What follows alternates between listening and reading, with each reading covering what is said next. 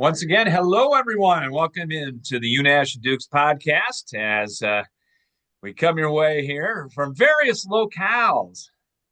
As we come your way on crmlivesports.com, on our Unash and Dukes Facebook page, Unash and Dukes Instagram. We got T-shirts yet, Mark? We got to work on this. Hey, that'd be a good idea. Yeah.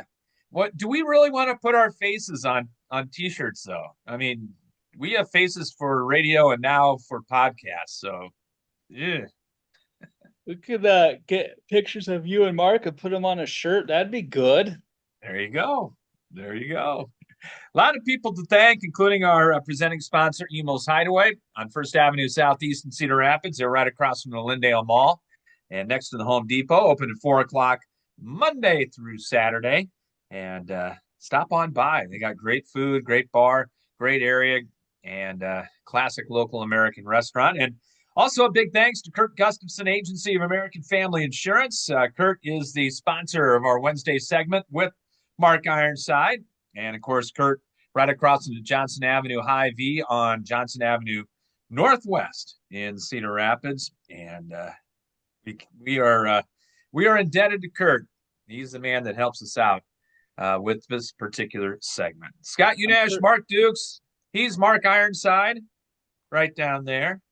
As we got a lot to discuss from a very interesting day at a very loud Hilton Coliseum in Ames on Sunday as Iowa State comes up with a victory. Number 6 beats number 3 on Sunday, 20-14. And first of all, kudos to everybody for braving 1 foot of snow to get out and watch the duel. There could have been 2 or 3,000 there, but wrestling fans, both Iowa and Iowa State, Mark, they weren't going to let a little snow stop them from getting and seeing what was a really good duel.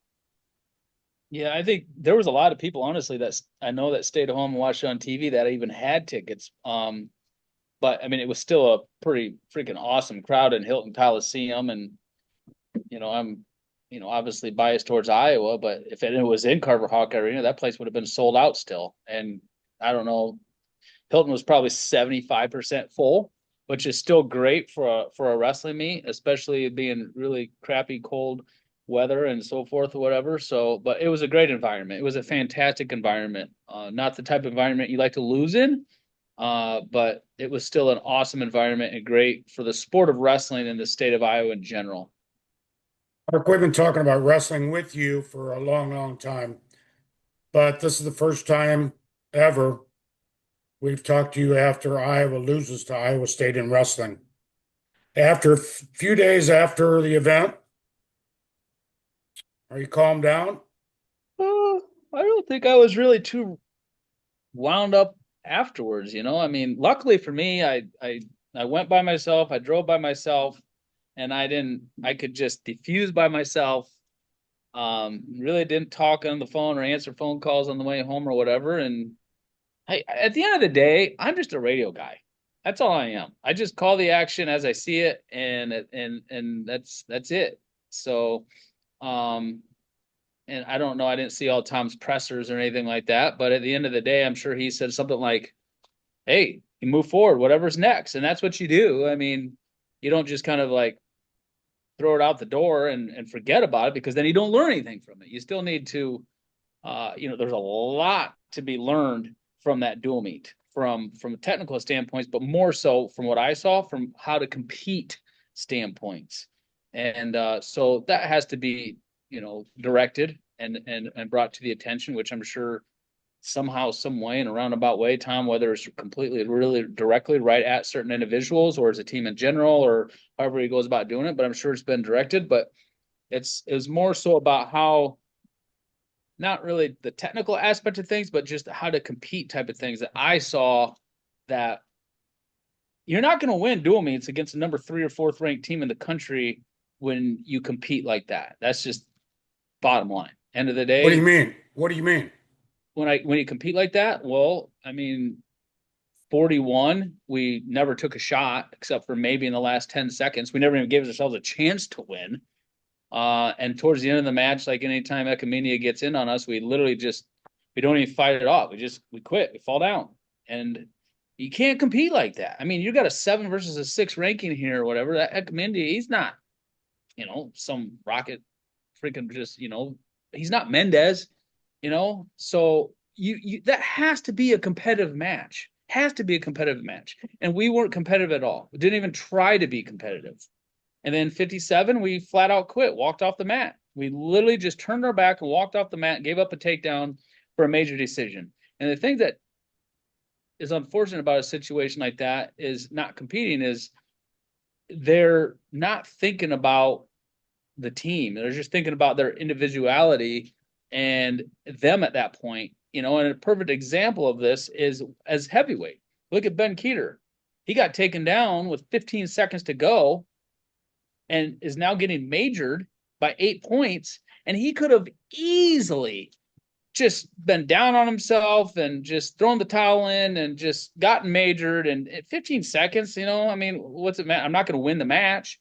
But he fought his tail off to get out of there in that 15 seconds. And it erased the 8-point deficit, so it prevented a major. That's a humongous team point. It could have literally came down to easily to a tie match, and we needed a team point for a tiebreaker win.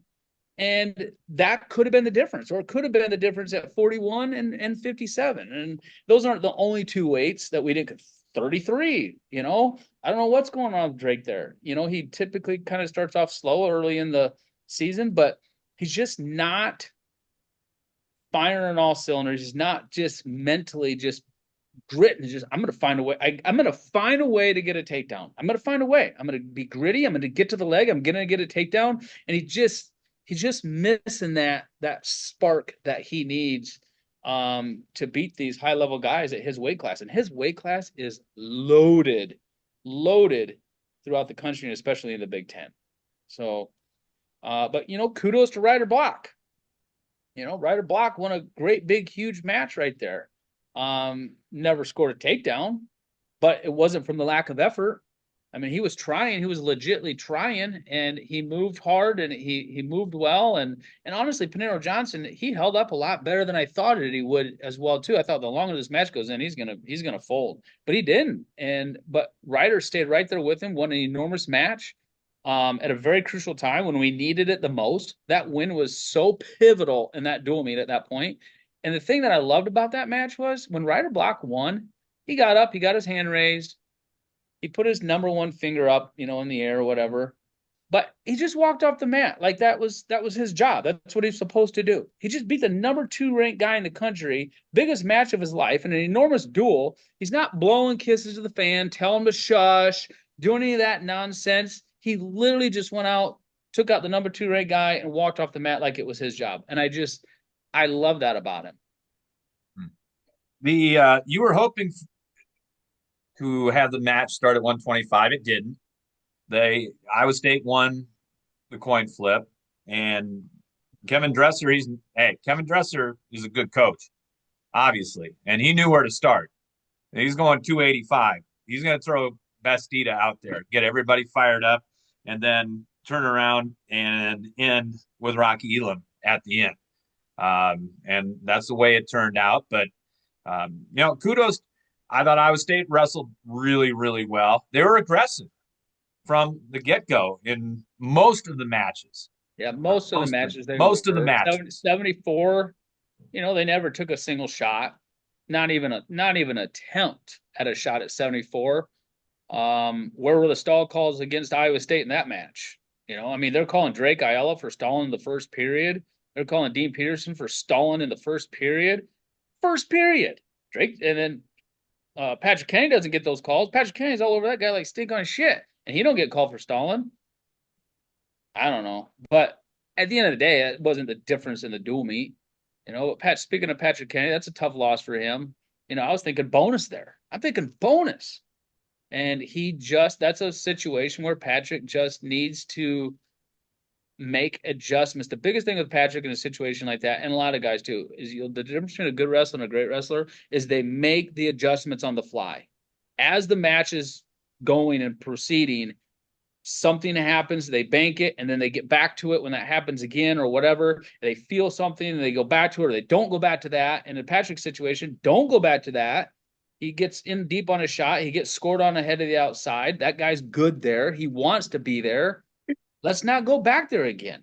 Okay. Let's stick with your picks. Let's stick with your doubles. Let's stick with front headlock, short offense, go behinds, and the guy didn't want to do anything besides, win off of a defense, and we fed right into him. And Metcalf and Dresser, I lost a little respect there for those guys when they threw the brick in, just literally just so they could give their guy a timeout and give him a little breather before he got on top of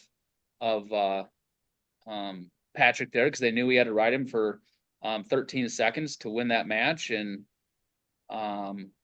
Patrick, that's the other thing. He kept doing the same sit out. He did it in regulation. He did it in overtime over and over and over. Almost got turned in overtime.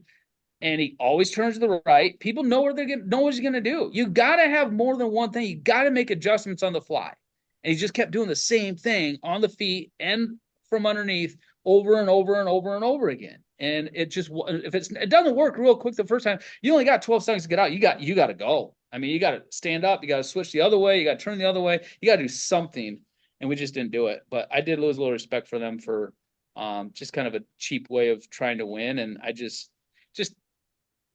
Tom Brands would never in a million years even think about doing something like that. And that was kind of unfortunate to see. And it was blatant. It was really, really blatant, trying to look for a locked hands call there.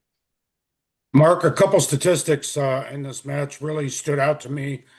Number one, Iowa had a grand total of 52 match points, 20 of them by Caliendo. Iowa had 9 total takedowns, 9, 6 by Caliendo. Is that technical stuff or mentality stuff? Both, but mostly mentality. I mean, the guys are good enough. I mean, these are D1 wrestlers. They're good enough. Iowa State is a good team. I mean, they prove that they are a legit good team. But these guys are good enough to score. I mean, Drake Isle is good enough to score takedowns. Patrick's good enough to score takedowns. I mean, Ferrari, not a single takedown. We're number 1 ranked wrestler in the country. Now, granted, that guy never even remotely thought about taking a shot, and that's how we won, is on a stall point. But the guy should have honestly been stalled out of the freaking match. I mean, if they're going to call it the same both ways, stall that guy out of the match, because he never freaking did a dang thing. Ferrari's in, I don't know how many shots deep, but just couldn't finish. The guy had good defense. But at the same time, we have to be able to score takedowns. We have to. A little bit is technical once you get in. Just doing some different things to finish the shots, or doing a better job of getting in, doing a better job of setting up different shots. But a lot of it, I mean, the majority of it comes down to the mentality and just your mental state, and just knowing that I got to find a way to get in and just get gritty. And instead of just kind of slowly kind of going through the motions, maybe trying to slowly cut the corner, letting the guys turn, boom, you have to hit it with intensity. You got to hit it with some passion. And it can't just be where you go through the motions, not in a live setting. It can't be like that. And we're just not doing it. So, I mean, you're not going to, like you said, we're not going to win. You're not going to win matches against the 3rd, 4th ranked team when you're not scoring takedowns, you're not scoring points. And it's not going to happen. We were talking before we got going here, Mark, and the fact that it is such a different time now, not only in wrestling, but football and basketball. Interesting, we mentioned that on National Signing Day, but where a lot of 18-year-olds are getting very rich today. But yeah, think how rich you could have been. Yeah, here I am. Look at, I'm here. I'm peddling T-shirts for a living. Okay, peddling T-shirts for a living. I'd be, you know what, if it was like it is now, and I had the credentials I had back then, I'd literally be a millionaire. I'd be a millionaire. But you know what? It's okay. It's all good. Iowa State went out, got some dudes in the portal. And you take a look up and down from Elam, just across the board. And, Iowa State did what they needed to do, and they're healthy now. And, Iowa, these guys may turn out great in the end. at 41 and 57 and etc. But I guess it takes time a little bit. I don't know, but their portal guys did very well. Yeah, it was a really, really good pickup for him with Elam for sure. A really good pickup, and it was an awesome opportunity for Endine. And I don't fault Endine. He's not one of the guys, even though he didn't score a takedown. It's not one of the guys that didn't really. He went out and underperformed. But Elam's just that good. I mean, he's freaking good. He's like what, sixth, seventh year senior, and he's been there, done that. I mean, he's got incredible credentials. And I guess if you're gonna tell Mo and Dean, welcome to the big leagues, that was the match. That was the match. That's what did it. And now it gives Dean something like, okay, well, I was doing really well and I was here. Well, now I know I need to go way up here if I'm gonna compete with a guy like that for a national title in March. What's also different, Mark and Scott, you both know, is social media. And I don't think you or Tom Brent spend a whole lot of time in the comments section of social media, but it's out there. And I guess I don't even look at that stuff. I'm not even joking. I don't ever get on stuff like that and look. Like never. Let me tell you what's out there. People who were upset not only with the loss, but losing two matches before the calendar turns December. A lot of people talked about the style and aggressiveness of this particular team or recent teams. The portal success or lack thereof. They forget Buchanan was a national champ last year. Yeah. But all those things, what can you say to Iowa fans right now about where this team's at and the job Tom is doing? I mean, I'm around Tom and I hear him talk. I hear him what he has to say, and he says like all the right things. He really, really, truly does to these guys. I just don't understand where the disconnect is from what's being told and conveyed to why it's not getting done out on the mat. I don't know. I'm not in the room. I'm not in the practices, so I don't really have the jurisdiction to say, well, yeah, they're working on this or working on that or whatever. Because or they're not working on this or they're not working. I don't know. I'm not in the room, so I don't have the jurisdiction to say anything about that. But at the end of the day, these guys are Division I athletes. They've all been successful at some point in time in their life. They've been in tough situations. And my biggest disappointment isn't really a win or a loss, but it's about how you compete. I mean, pretty much everybody's going to lose at some point in time in something in their life, but it's not just, yeah, obviously you want to win and that's the main focus, but it's how you win and how you lose. And that's what's kind of chapping me a little bit. I mean, even a guy like Ferrari, I mean, he won, but that's what I say. It's about how you win and how you lose. Not just how you lose, but also how you win. Is that how we want to win against the guy that's ranked 11th in the country? No takedowns, and we win by a point on a stall call, and then we get up and we shush the crowd? Like, I don't know. The focus of the mentality is not where it really needs to be. And that's why I like to block a little bit, because he went out, he did his job, even though he didn't score no takedowns. He's still young, he's maturing, he's coming through, but so is Ferrari too. He's very young. I mean, he's maturing too. But we just have so much more to offer. And so the question is what do we do and how do you get to the point to where these kids reach their potentials? And that's just what we're not doing right now. We're just not reaching our potentials from a technical standpoint or a competitive standpoint. And that could be lots of different reasons. And I can't really put my finger on that exact reason. But the good news is, and for both teams, to be honest with you, there's a lot of season left. And what do you do from here? Like you and I were talking before we got started here. Okay, there's a loss if you're Iowa. What do you do from here? And if you're Iowa State, okay, you got a big one right there for the first time in 2 decades. Now, what are you going to do next to try to improve on that? as everybody tries to catch up to Kale and Penn State now. They got a long ways to go for that. But I think Iowa, you mentioned Mark too, that Iowa's got 2 losses and it's not even dissimilar. Well, we've never had national duels before. That's never been done. I mean, Ohio State kicked the living crap out of everybody there. That doesn't give us an excuse. We could totally win that dual meet, but that's kind of a dumb point. But how we responded from that against Pitt, that was really good to see. We really came out, responded really well. So I thought we had a lot of momentum going into Iowa State, feeling good, and we just kind of went out and just didn't do much, or didn't do near enough, I should say.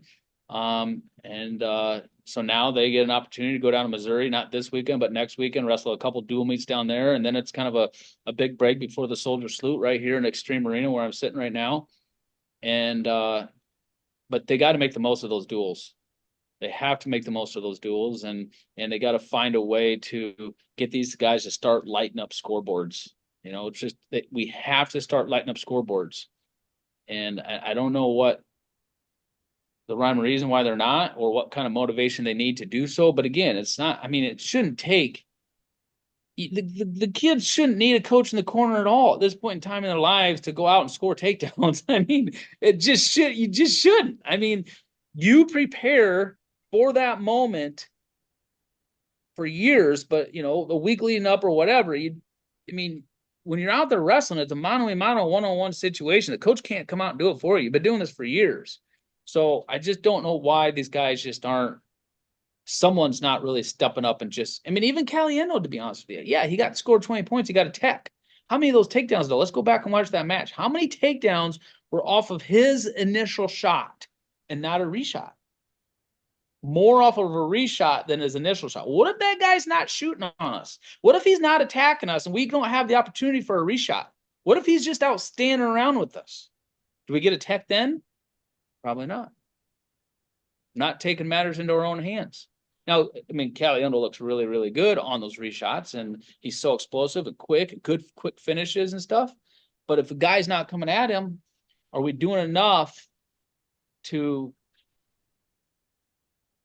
bring some entertainment to the fans? And that's one thing that we need to do. We need to be entertainers in the sport. And right now we're not entertaining. And as Mark said, social media kind of shows that. So I don't know. I think as Scott said, it is early, and I try to look at things as objectively as I can. I look at this lineup, and Mark, I really don't see a guy who's not capable of making the NCAA tournament. I don't see one that's not capable of that. 5 of them have already been on a podium, but they need to make a lot of progress between now and then. A lot of progress, for sure. A lot. So, that's a long ways away. The Big Ten, a lot can happen between now and then for sure. But we have a lot of maturing to do, both on and off the mat, I think, and then and just getting better on the mat. But just learn how to compete when you're in a firefight. That's the biggest thing, is learn how to compete in a firefight. Actually who impressed me with getting the takedown when he was dead rights taken down. Didn't have any offense really during the match, but man, when that time counted, and he knew that this was for the match. Win or lose, it's going to happen right now, right here. And he was dead rights taken down, but he showed me how mentally tough and how explosive he can be and how good that he can be and how gritty he is, was Dean Peterson. How he came out on top for that takedown when they're in that scramble and he was literally pretty much taken down. That was impressive. That's how you compete. But he just needs to do it a lot more often throughout the match, not just waiting for it. It might have been overtime. I can't remember. Or right before overtime. I don't even remember. But it shouldn't come down to where that only moment is going to define a win or a loss. Now, again, that was a big turnaround for him. He lost to that guy, 2 competitions ago at the NCAA tournament last year, and he turned around a loss to a victory. So that's big. And he did it in a situation where he really had to suck it up and make something happen out of nothing, and he did. And it was good to see. And that's what we need more of, but just need a lot more of it.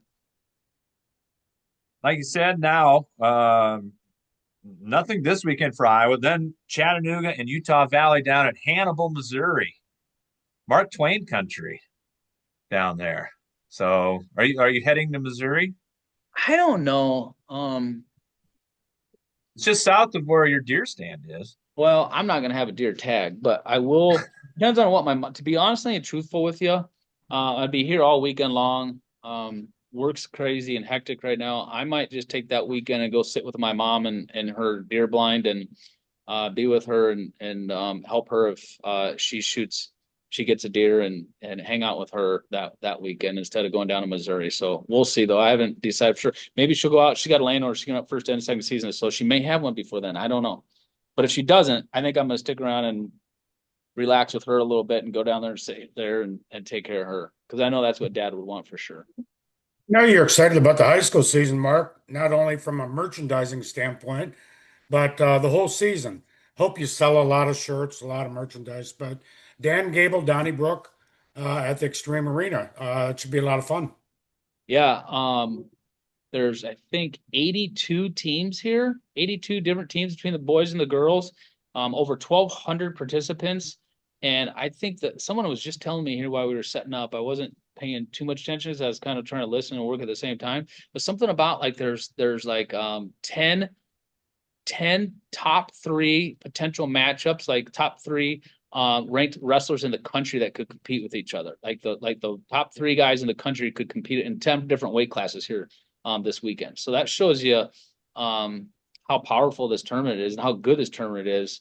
It's going to be presented by Flow this year as well too, so that's nice, and the streaming and but yeah, it's a very there's a huge line of teams wanting into this tournament list of please let me in type teams. So for both from a boys and a girls standpoint. So girls wrestle tomorrow through the middle of the day on Friday, and then the boys come in Friday afternoon, wrestle Friday afternoon and evening, and then through all day on Saturday.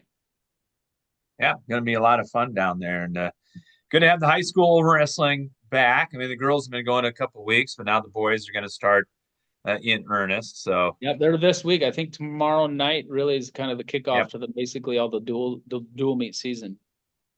And Saturdays are filled with wrestling, leaving at 5 o'clock in the morning, getting back at midnight or whatever.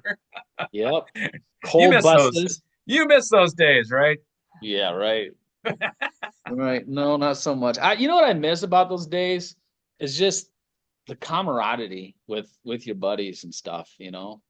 That to me that was the most fun. I mean, you'd love to go there and wrestle and whip up on people and stuff like that or whatever, but just the camaraderie with your buddies. That to me was like the best part. Just loved it. I was very fortunate through my entire career, high school and college, just to have great teammates and coaches for that matter, but just great teammates to where everybody got along and everybody was pretty much on the same page and, had the same goal. Pretty much everybody was goal oriented the same and wanted to work hard, wasn't shy of work and we had each other's backs. It was just a fun time for sure. Very good. All right. Well, have a good time this weekend, and so tell Stacy bye for us. I don't know where she left. I think she probably left because we drove separate. So I think she just flat out left me here, which we need to go back to the office and get things yet and do stuff or whatever. So, but yeah, we'll be hanging out side by side for 3 days straight for about 14-hour days. So I don't know how this is gonna go. Or not. Hey, she if you say something wrong, she will put you in your place. She'll tell me, that's for damn sure. She's not scared of that. All right, Mark. Hey, good stuff. Thank you, brother. All right, appreciate it, boys. So sorry we didn't bring back a win, but try to win them all. But when you don't compete and put out forth the effort, then that's what happens. So kudos to Iowa State, and they got a good team. That's for sure. It's not like we lost to a crappy team or just whatever. I mean, Iowa State they got a good team right now, and that's we'll see where we're at the end of the year. So it's not where you start, it's where you finish. Very true. Very true. All right. Thanks, Mark. All right, Appreciate boys. it. Thank you. Thanks, We'll Mark. see you. Mark. All right, Mark. Mark's appearance brought to you by Kurt Gustafson Agency of American Family Insurance on Johnson Avenue Northwest in Cedar Rapids, right across from the Johnson Avenue Hy-Vee. And he starts by getting to know you and your needs and build a free auto, home, or life insurance quote by bundling policies. He can often offer a variety of discounts, whether you're purchasing a car, buying property, managing an investment property, starting a small business, or leaving behind a legacy. He has got your back as you pursue your dreams. So thanks to Kurt, right across from the Johnson Avenue Hy-Vee. And to piggyback on what Mark finished with, Mark Dukes, this is the best Iowa State wrestling team that they have had in probably 2 decades. Agree? Top to bottom, 10 weights. Yeah, when you have a Bastida that is number 1 at heavyweight, and a guy like Rocky Elam who's number 2 but capable of winning a national championship, and others sprinkled throughout the lineup are very capable of becoming All-Americas. Yeah, I think so. As far as Iowa goes, I think I'm going to rate that segment by Ironside a PG-13. I mean, I think some people expected him to explode on this podcast, but I think he's not necessarily towing the company line, but I think he's realistic that it's a long season, and while 2 losses before December or for a whole season, that's unusual for Iowa, but there's a long way to go. There is. And more wrestling talk coming up next week. And should thank all our great sponsors who mentioned Emil's Hideaway on First Avenue Southeast in Cedar Rapids. Classic local American restaurant. And also, if you need catering, they are the place to call. Give them a call. They're open at 4 o'clock Monday through Saturday, right next to the Home Depot and across from Lindale Mall. Also, big thanks to Todd Hunt at Hunt Graphic Innovations. They are our website gurus. He is. So hats off to Todd. And if you're serious about creating an eye-catching website or need assistance in graphic design for print, newsletters, posters, signs, or banners, Hunt Graphic Innovations has all the experience to help get the job done. Also, big thanks to Dr. John Woolner at Epiphany Dermatology on Council Street Northeast in Cedar Rapids. And you need to go take a look at that thing on your shoulder or whatever the case may be, give Dr. Woolner a call. He is the best out there, and he's been at it for over 30 years. And then also thanks to Bim Ritter Sportswear in Cedar Rapids, downtown at 817 2nd Avenue Southeast. And you can call them at 364-3479 or go online at bimritter.com if you need screen printing or embroidery for your company or special event. All our great sponsors here of the Unash and Dukes podcast. And other things to get to besides wrestling, Mark, the college football, the penultimate college football playoff rankings coming out. Not a whole ton change. Texas moving up a little bit. It's going to be a very turbulent Sunday morning.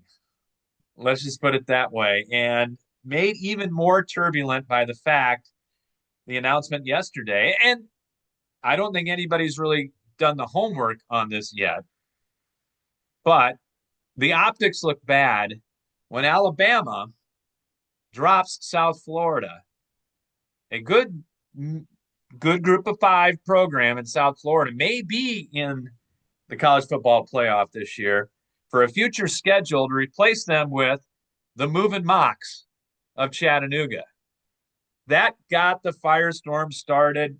Everyone from Kirk Herbstreit to you name it was commenting that this is going to be the way of the world from now on, that it doesn't matter who you play, but you just need W's. So go out there and get some W's. And Texas is hoping, and Sark, that is not going to be the case, that their game that they, by the way, scheduled many years ago against Ohio State is going to carry some water on Sunday morning. But man alive, people were fired up yesterday. But Albany and UMass weren't available, or what? I mean, They're available for everybody from here on in, apparently. everybody does it, or almost everybody, except Michigan State in basketball. Um, They're good, by the way. there's no reason for Texas to play Ohio State in today's world. No reason for any of these matchups except for we love them. I want those types of matchups in the preseason or pre-conference, I should say. But yeah, this is what I mean. We just a couple weeks ago was silly Saturday in the SEC. Doesn't matter whether it's first game, next to last game, whatever. The Mercers out there get a paycheck. Everybody gets a paycheck, and it's actually good for those types of teams. But yeah, I think it was Dennis Dodd that came up with the fact that next year's schedule, there are only, I believe, 4 or 5 teams in the group in the Power Four conferences that are not going to be playing 10 power teams next year, and 3 of them I think are in the Big Ten. Washington, I know, is one, the Washington Huskies. Apparently, the Apple Cup is done, or they don't consider Washington State a power team anymore, and that might be the case.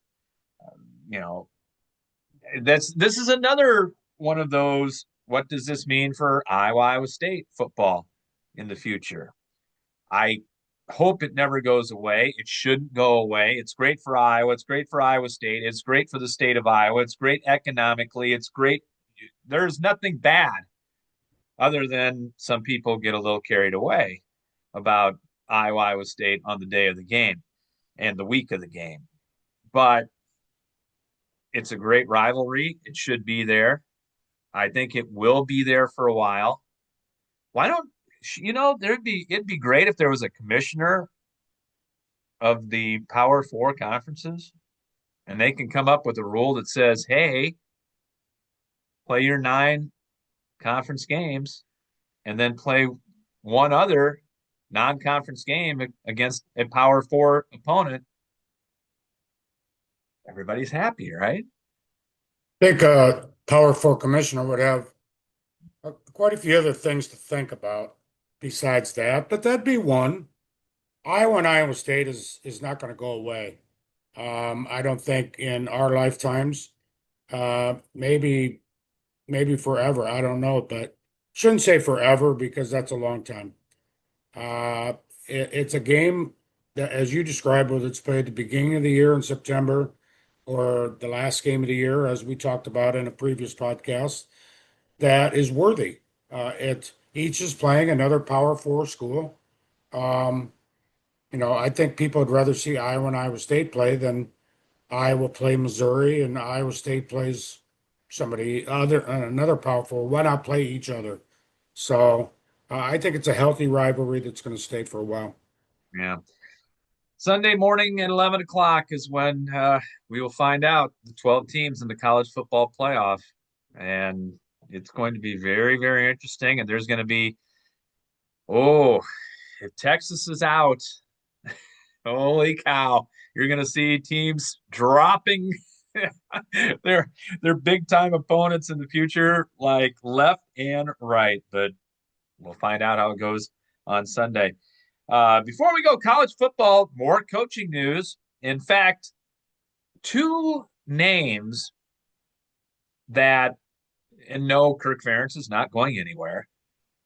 As you pointed out to me earlier today, Mark, Kirk is not going anywhere. But 2 guys whose name was associated with the Iowa job if and when Kirk Ferentz decides to go out under his own terms. And they are both unemployed as of the moment.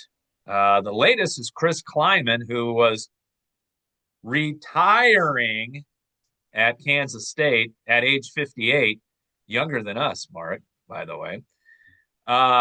If you believe Chris Kleiman is retiring at Kansas State, I got a bridge to sell you because Kansas State I think, told Chris Kleiman he's going to retire because they apparently are going to bring in their former quarterback, Colin Klein, if you remember him. He was a heck of a quarterback for Kansas Yeah. State.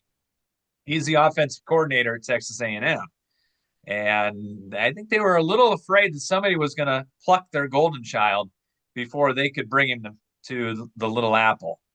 And sounds like he's going to take over for the Wildcats in Manhattan, Kansas. He was, as a Waterloo native, UNI player, former coach here in the state of Iowa. A lot of people had him tied in to the Iowa job, perhaps. Other guy was Mark Stoops down. Mike. Mark. Mark. Mark. I got it right. We have enough Marks on the Yes, we program do. today. Down in Kentucky, after 2 back-to-back less than acceptable seasons, he is out of a job down in Kentucky, and his name was always bantered about, as you know, Mark, with the Iowa job. But don't think you're going to hear those 2 names bantered about anymore. Well, 2 curious situations. Stoops being the winningest coach in Kentucky history. That isn't saying a lot, by the way. But he was. He ain't He Joby was Hall. no, he was fired. And Kleiman, that situation is curious because he had a contract that ran through 2032. You just don't up and retire, I don't think. Both these guys are 58, by the way, and I don't think in 2025 they would have been at the front of the line to replace Kirk Ferentz had he stepped down.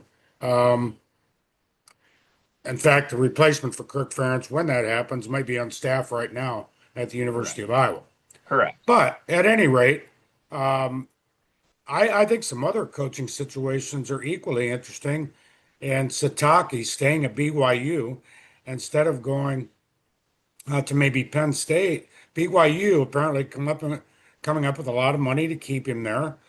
And speaking of Penn State, without a head coach, they've lost 23 commitments in their recruiting. And think about the impact of James Franklin leaving, not leaving, but being shown the door. That's something at Penn State without a coach as we speak right now. Players know who they want, but apparently that is not who Penn State wants. That's the whole thing. Does a kid sign with a school or a coach? A lot Maybe of a them little going, bit of both, but a lot of them going to Virginia Tech and Blacksburg too, and following Yeah. James Franklin, who, by the way, do not be surprised next year if Virginia Tech suddenly jumps up, has a chance to win the ACC and get into the college football playoff between those recruits in the portal. You know, there are a lot of people out there that want to play for James Franklin. Be able to win the big one though, right? Well, it's going to be a lot easier when you're not looking at Ohio State, Oregon, or Michigan on the other side, and you're looking at Duke and nothing against the ACC, but looking at Duke and Virginia. Now, Miami, the U. Yeah, absolutely. Clemson, yeah. But you got to admit it's not as hard as playing in the Big Ten. Correct. Yeah. So more coaching news, I'm sure, will come down the line. We'll talk again on Friday with our next edition of the Unash and Dukes podcast, and we'll take a look at the weekend in football, championship weekend. Maybe we'll do some college football predicting. I don't know, for the playoff. We'll see. We'll have basketball to talk about a little bit. Didn't get to that much today at all. Michigan State drumming Iowa in the Big Ten opener, and Iowa State with a big one coming up this weekend against number 1. So, I thought you were talking about Alcorn State. I'm sorry. not Alcorn State. Begins with a P. Speaking of football schedules, begins with a P. All right, good stuff, Mark. And thanks to Evil's Hideaway. Thanks to Kurt Gustafson Agency of American Family Insurance, Hunt Graphic Innovations, Dr. John Woolner at Epiphany Dermatology, and Bim Ritter Sportswear in Cedar Rapids for their help. And thanks to all our great viewers and listeners out there, Mark. And take care. We'll talk to you in a couple days. sounds great. Talk then. All right. You've been watching and listening to the Unash and Dukes podcast. Thank you very much, everybody. So long.